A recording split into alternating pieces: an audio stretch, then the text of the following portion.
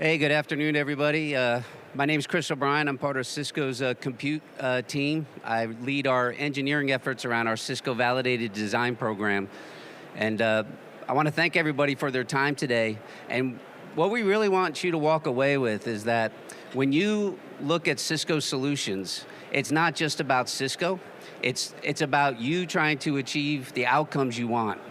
So we partner with the best players in the league, and we've got NVIDIA as a co-presenter here today to talk about how we're trying to accelerate not only your time to outcome for your AI projects, but how you can simplify across the board, not just the infrastructure, but through the entire stack, all the way up the software stack. So we're going to talk a little bit about our strategy, then we're going to allow NVIDIA to come up here and talk about what they're doing in this space.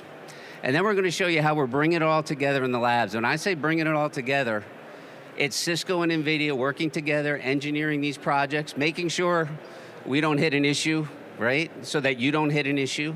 And then fully document that solution from top to bottom, provide automation where possible, and then of course, fully support it between the two companies. Okay, so this is what we're trying to walk through today. And then obviously there's a demo at the end, but also a little bit on our Splunk Observability Cloud. And if you've been around the floor, there's this thing called AI Pod. We've expanded that, okay? And we're going to show you what we're doing with Splunk so that when you buy an AI Pod from Cisco, you get full visibility of the infrastructure as well as the software infrastructure, okay? So what it really means is that we're aligning to one Cisco vision, okay? Jitu Patel came out and he's our lead. And it's about these three major areas around your future-ready workplace, digital resilience, meaning we want the business to stay up, be able to see it, automate it, respond proactively. And then AI-ready infrastructure is where we play today, all right? And when we're talking about AI-ready infrastructure, which is the focus of our solution, it's really these three major categories. So if you look at Cisco UCS, our unified computing system, Cisco Nexus switching, when you invest in that, we're trying to bring you along a path, meaning if you adopt our solution programs, we'll allow you to modify that infrastructure to meet the application needs as they continue to change over time. I mean, think about it. We have solutions like FlexPod or FlashStack, which are our converged infrastructure stacks. They've been running since 2010 or 2016, addressing your core, I guess I could say legacy workloads, your Oracles, your SAPs, et cetera, VDI infrastructure. But now they're addressing AI. Well, guess what? How you work in that environment hasn't changed. You're running NXOS, you're running Intersight, you're running UCS Manager. The point being is that you're allowed to move your infrastructure through the application requirements cleanly. And that means your operations aren't changing. So we're simplifying that by not having to retrain your crew, right? Or add a new type of infrastructure, a silo within your data center. And that means that, at the end of the day, we're offering full stack solutions with NVIDIA. So what you see, that one Cisco vision, I kind of feel like this presentation personifies it. It kind of an instantiation of it. And this isn't just the only one. We have a whole Cisco validated design program around it. So this slide, in essence, captures every layer of the program. And I really like this slide because not only it talks about, well, UCS, and to be honest, that's where I work. That's what I get paid to do, is promote our servers. But the servers aren't the big story. The story is what happens around the servers. It's the ecosystem around the server that we form, the solutions that we build around these servers. And it's not just for AI, and certainly we have our dense GPU platforms, 8 GPU or PCIe, or our 845 program, but it's also our traditional data center environments. And again, that goes back to the story of, we don't want you to have to build silos to achieve your goals. We want you to adopt Cisco and use our partners so you can move your business where you need to go. So we have certifications, we have benchmarks. I mean, we'll just say best in class as world class as we can go. We have tooling, which means we'll provide you AI sizing guidance. We'll provide you traditional sizing guidance, all based on this program of solutions. And now we have this concept of a simplified bundle. We've had things like a FlexPod or a FlashStack, right, where you can buy through a partner through the channel. But now we have this AI pod infrastructure. And we really see this as the instantiation of an AI-ready infrastructure, which is fit to the purpose that you're trying to achieve based on the solution work that we do, right? And that really allows you to move forward quickly. And there's full set of automation that's built for this program, okay? So we have playbooks, we have a GitHub repository. We're working with the Red Hat team. You know, I mentioned, obviously we're co-presenting with NVIDIA, which we're very thankful for. But you know, we work with Red Hat. We work with the Red Hat Ansible automation platform. We're building new collections, right? So the point being is that we're trying to meet you where your business is, allow you to operate the way you want to operate. If you want to point and click on Intersight or the Nexus dashboard, go at it. But we also have a full set of APIs and playbooks and automation that are built to allow you to move and, you know, and remove maybe the biggest problem in some cases is humans, right? And it causes a lot of friction, and we can fat finger things at times. So the AI pod infrastructure has been expanded to include not just inferencing where we started, but it also includes training, fine-tuning, and optimization, which is a lot of where enterprises are going to find themselves, right? And this is just a simple model that if you adopt it will allow you to scale in a very uniform fashion. From one unit, from 32 GPUs, 64 GPUs, 128 GPUs, 256 GPUs, and so on, and so on, and so on, without changing how you work through Nexus Dashboard, through Intersight, through NXOS, with UCS Compute. So what does that mean? Operationally, it simplifies things. As an IT team, you're able to say, yes, Mr. Line of Business, I can support that use case. You want this many GPUs? I know how to build that out. Cisco is assisting me with the scaling and allowing me to build an infrastructure that's not just a GPU or a compute or a fabric, but an infrastructure that actually is built for the enterprise, allowing you to do things like secure it, observe it, extend it, choose the software stack that you want. You know, maybe you want to use your NVIDIA GPUs, but you want to use community-based stacks. You don't want to use NVIE. The point is that the AI pod is flexible enough to allow you to do that. And it's all built with our storage partners as well. NetApp, Pure, Vast, you'll see more. I can't name them all right now. But the point being is that this AI-ready infrastructure is really built to meet you where you want to go, fit to the purpose you're trying to achieve. If it's just inferencing, if it's fine-tuning, if it's training, you're not changing the models, you're not changing how you want to work or what you're buying. So I'm going to pass it off to the NVIDIA team to talk about what they're doing with Blueprints. Great, thank you, I got it.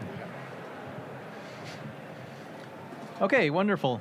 So I'm here to talk about the software layer that NVIDIA provides. Now, you're probably all familiar with our GPUs, so I don't think there's need to go into that, but equally important is our software.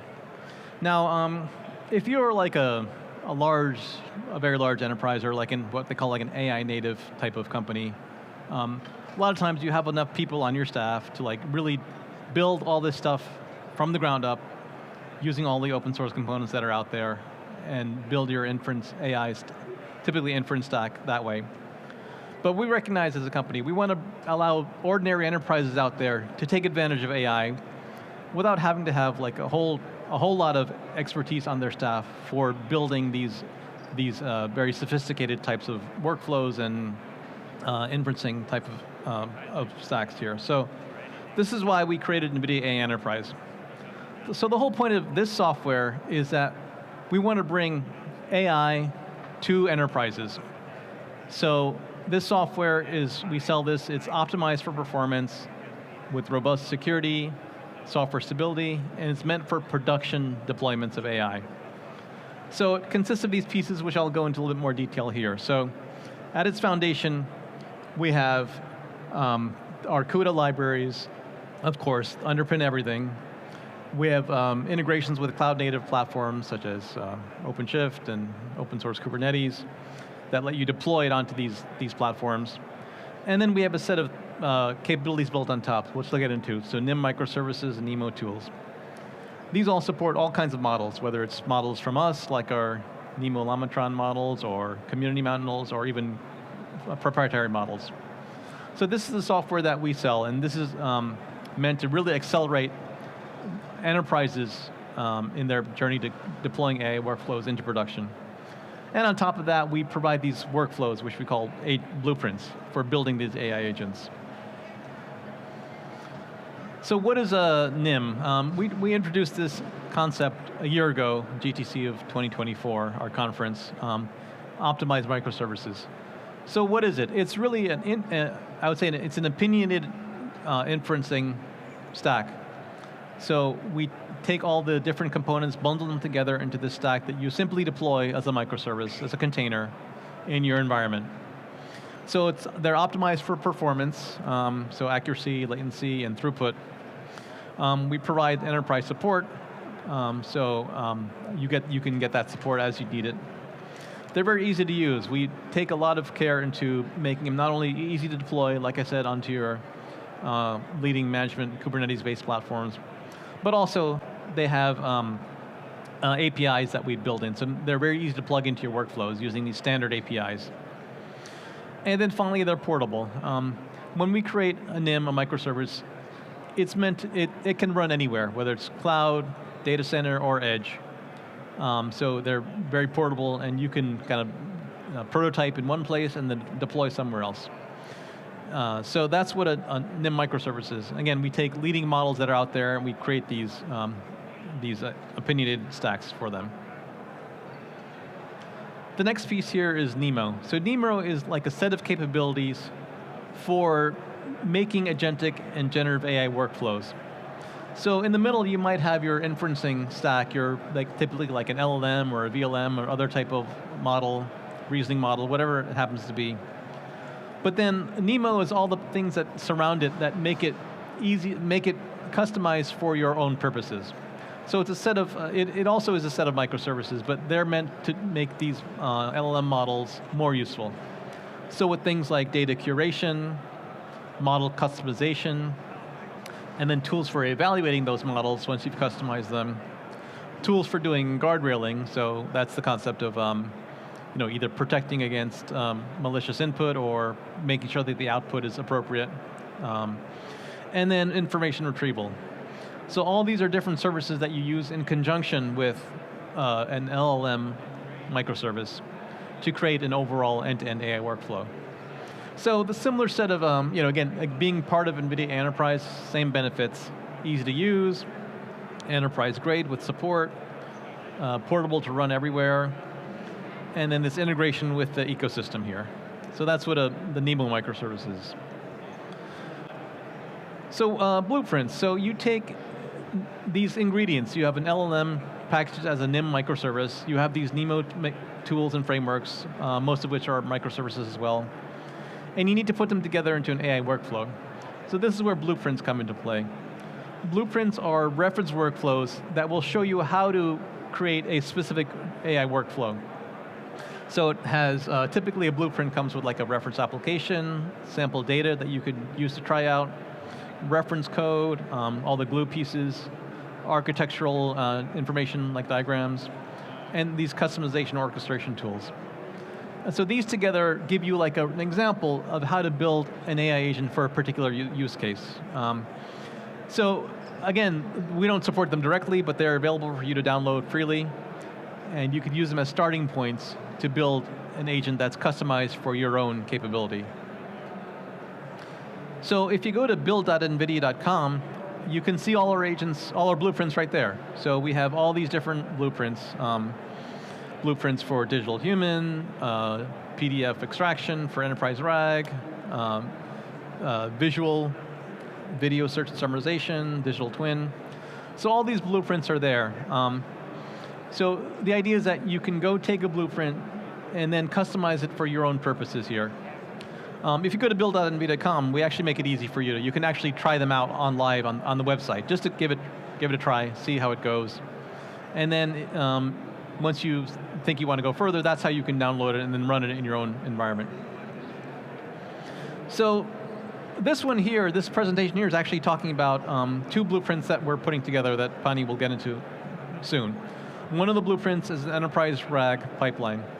So RAG is a concept of doing this generative AI connected to your data. So it consists of an extraction pipeline where you take your own multimodal enterprisal data, and you go through it and analyze it using a set of different kinds of, like I said, NIM microservices and NEMO microservices, and putting it into a vector database, which is then sitting there for you to use. And then the retrieval pipeline is where you then can query the data and get the information out of it. As again, mentioned, like you're doing retriever for the getting the information out, the LLM, which is actually doing the reasoning and the kind of the language generation, and then the guardrailing as well. So some of the features here of this pipeline, multimodal, so you can upload a PDF with text, tables, charts, infographics, things like that. This concept of re-ranking is a technique that used to really improve the accuracy of the result. And then other things like multi-turn support for multi-session support, and then telemetry observability. So that's one blueprint that we have here. The second one is digital human. This is where it really creates a 2D or 3D lifelike digital avatar that will then, you can use to actually speak based upon what you're doing. So it enables this concept of a natural conversation with enterprise data applications. So when you combine these together, you have an agent that will actually be very useful. You can query it and it'll speak back to you with information gained from that RAG pipeline. So what we're about to go into is kind of combining these together into one overall workflow. So I'll hand it over to Pani for that.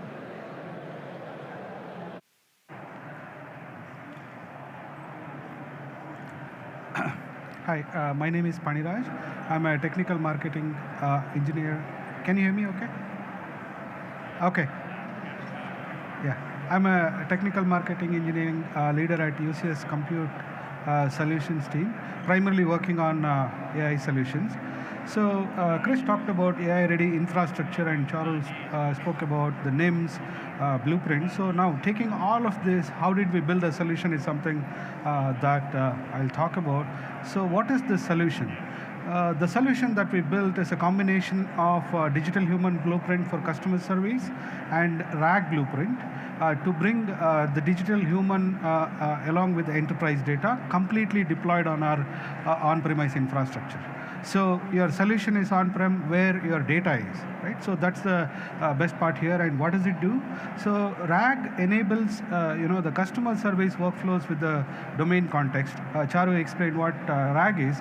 RAG is actually a technique to enhance the output of large language model by providing the data from an external source, right? So instead, the large language model is given a context with which it is responding to you, and digital human drive more engaging and natural interaction, referring to this RAG knowledge base. That's at a high level. What does it do, and why is it required? It enables to bring enterprise applications to life with 3D animated digital human. Right? So customer service applications can provide more engaging user experience with this. So let's say you have a corporate AI chatbot, you can have a digital human interface with whom you can ask question and get the response. That's at a high level what the solution is. So what is this? The solution built as a AI-ready platform built using the latest NVIDIA technologies like RAG Blueprint, NIMs, and all deployed on our AI-ready infrastructure.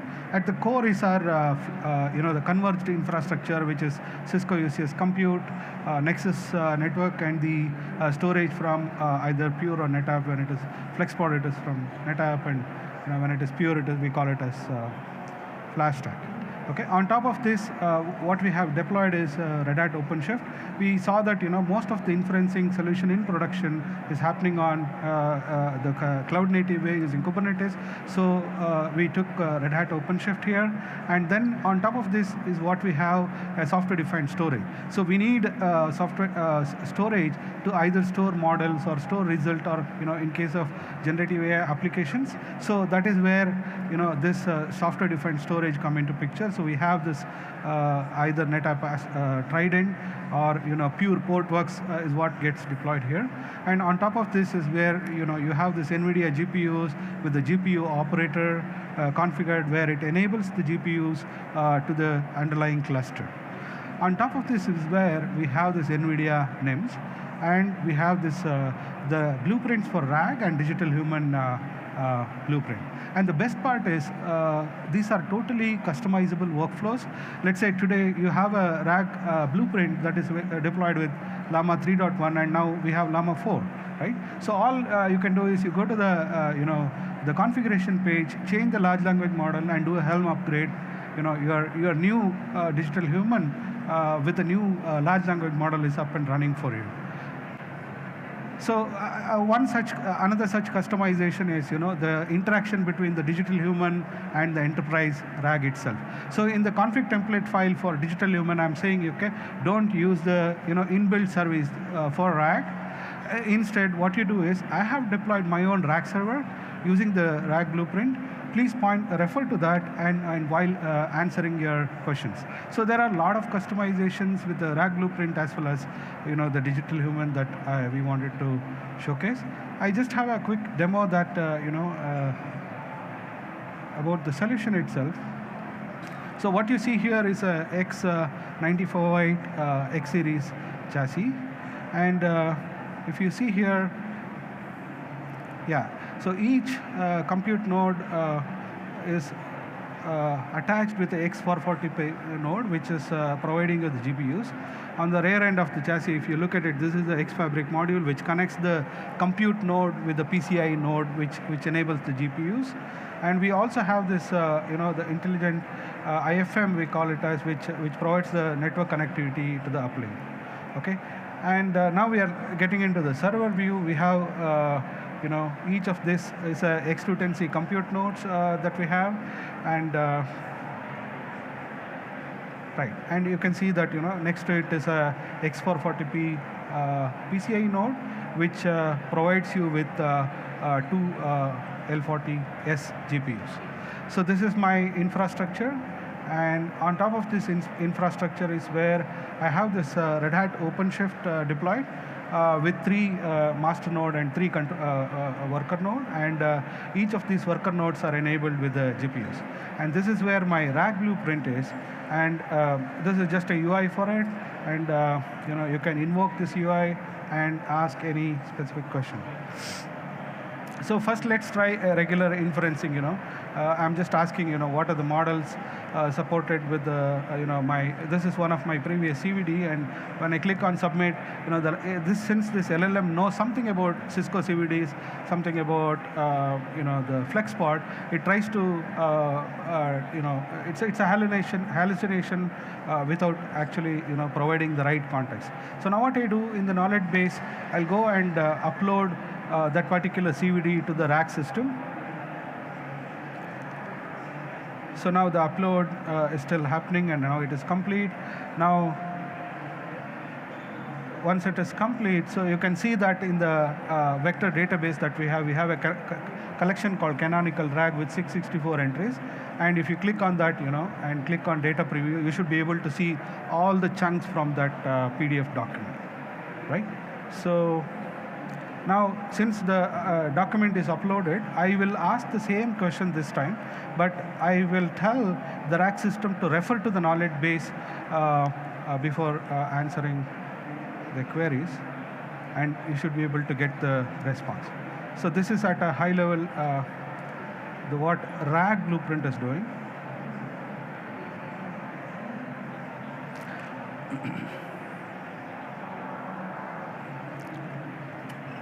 And now, so this RAG blueprint is deployed on-premise. What we wanted to try is, can an application sitting on the cloud, can it make use of the the RAG APIs and get you the response? So we deployed a bot called AskTME in the WebEx Teams, and then the same workflow that we did from the RAG playground, we can do it from here as well. So for example, I can upload the document in the bot, and then say, please upload it to the system, it will do it.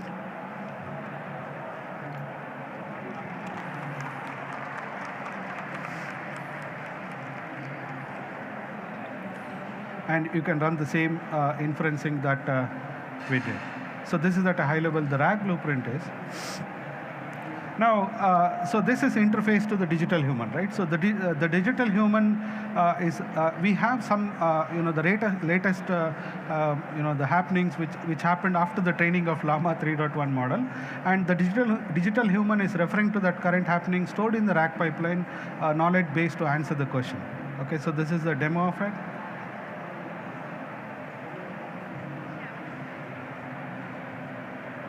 Welcome. My name is Can you hear? Ask away. What is DeepSeek R1? Okay.